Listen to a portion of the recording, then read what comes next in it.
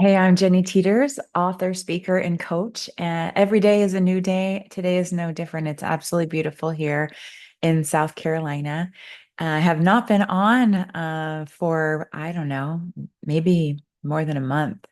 In August, I went and spent a week with my mom. I flew to California and we spent a week in Mendocino. She'd rented this little house and we literally sat every day looking out at the ocean. And there was this huge rock that was in the water. And so we'd watch the tide come in, we watched the fog go in and out, but we would make breakfast, we would make lunch, we would make dinner. But we spent most of the time just sitting in the sitting room, looking at the ocean. Right before the ocean in the backyard was this beautiful garden. So no electronics for the most part. We did watch a few things about Mary Kay, a couple of documentaries, and we watched Downton Abbey. So we had a little bit of electronics, but most of it was one-on-one time. So since I came back from that trip, it was so refreshing to just take stock. There was a lot going on this year for me.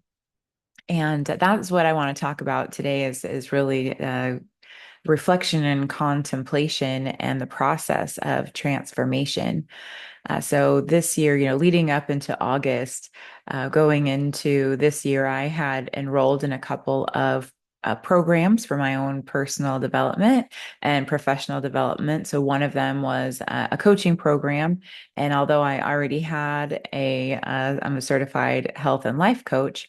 There's a program that really attracted me, and I'm so glad that I went through it because it was very different, and I learned new skills and new tools that I didn't receive in the first one. So the first certification I had is around largely around habit change for the areas of our life. If we're looking to make health changes or wellness changes, we look at our habits in that space, or career changes. What do we need to think about and feel and contemplate and put into action every day? What do we need to remove from our lives? The same with our relationships, the same with our finances. There was a lot about habit change, very much aligned to atomic habits and compound effect and other theories of it's the little things we do.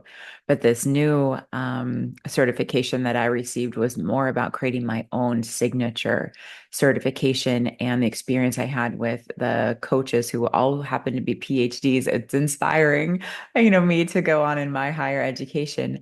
But it was a lot more about coming to meeting with a client and hearing, really listening and tuning into what they want and what their dreams are, and not as much as prescribing what they need to do, but a lot more. This coaching program is a lot more of drawing out and listening, and the process of helping a client, kind of come to their own empowerment, have their own breakthrough. So anyway, those combined together, habit change and also, this drawing out of breakthroughs, I think are powerful skills in my toolbox. So for my own transformation, really has been a journey of the desire to be the best that I can be, especially as a woman in recovery over the years, and my purpose is being the best I can be, because I am a teacher, I am a communicator, I am a talker, I am an amplifier, I'm a channel of God's peace, and I listen and try to fit in like the things that really inspire me. How are they all working together? So this year I achieved that coaching program. I'm involved in another program that you'll hear about in the fall that's about 300 days long. It's called Heroic.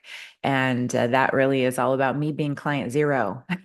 So all the fundamentals of my sleep, my movement, my breathing, my being the optimal person I can be, my getting over my fears, my building my confidence, my attacking every conflict with courage, my spirituality. So again, it's quite a personal journey, but there are so many tools now, again, added to my toolbox. So throughout this journey of being client zero, I have been working on my own health journey this year.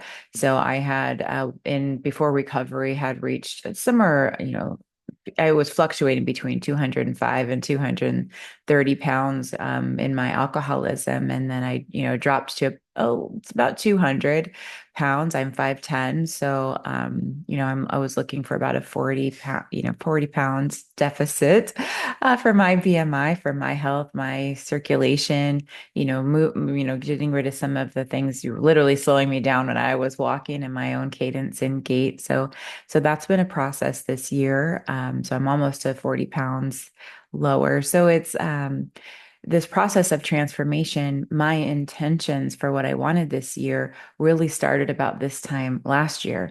So I had was almost finished writing my book. I knew I wanted to publish it this year. I knew I wanted to gain some new skills. These are the things that motivate me and keep me going. So I have a full-time corporate job, but my mind is always wanting to learn, always wanting to seek. I start the morning with with new knowledge and spirituality, and I end the night with with contemplation and I'm saying all of this. I know it sounds very me, but how is your 2024? So that's a question for you to journal on or reflect on. And and when you think about next year, what are you looking for 2025? Because transformation takes time. And it might be you want to embark on a journey. And I know we have the desires to have instant gratification. I want to instantly lose 10 pounds. I want to instantly get my business off the ground. I want to instantly get so many leads or clients. I want to instantly maybe move my career trajectory and advance in my career. Career trajectory in the corporate life, there is a rhythm and a cycle to to promotions and to where people move around. So what is it that you see in 2025 where you'd like to be? And a holistic look of that is really beautiful because we're all connected, mind, body, spirit, or in this new program of heroic, our energy and our work and our love. So we have so many cool and interesting ways we can look at ourselves, or what life coaches like me do is we have this basic wheel of life. So if I'm, talking to somebody who's like, I'm stuck, I know I'm stuck, I don't know where to start, if you Google wheel of life, it'll pop up with many versions of the same thing, the segment of our life in this wheel of our health, of our wealth, of our relationships, of career, of hobbies, of our environment. Am I living where I want to live? Is there clutter where I'm at? Am I holding myself back? Is it self-sabotage, limiting beliefs? Like everything we're stuck with, everything we want to be, everything we want to achieve and become, we can transform and we can be those things 100%. We may not make that from today to exactly tomorrow or in 1 week or 2 weeks. Some changes we can make that way, but where are we at? It's kind of like taking a before picture before you go on like a health journey. Nobody wants to take the before picture. They don't want to necessarily look at that picture because how we may see ourselves in our minds is not exactly how we are in a picture. But taking that snapshot of where we are right now, like what is our baseline?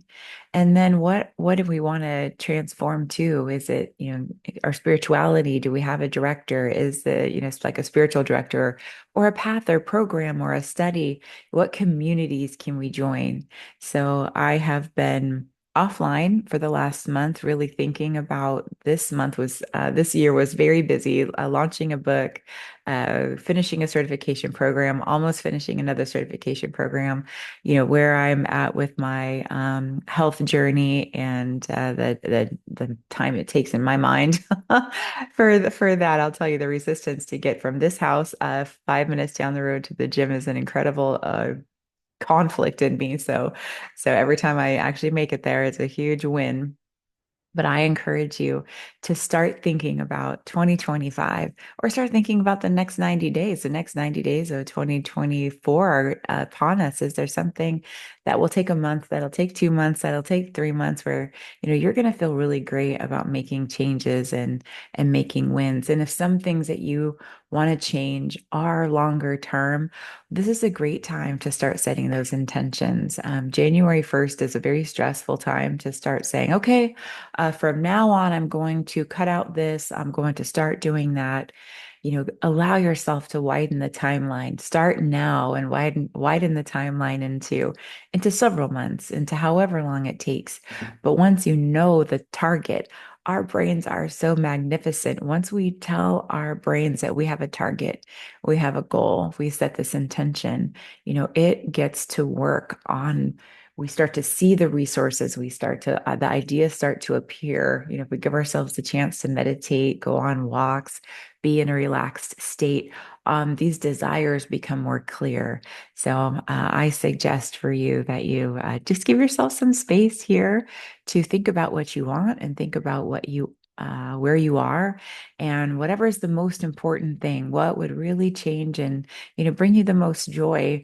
Try and start there, or what's bringing you the most pain right now. Maybe one thing you need to take away that's bringing you the most pain, and what's one thing that'll bring you so much joy.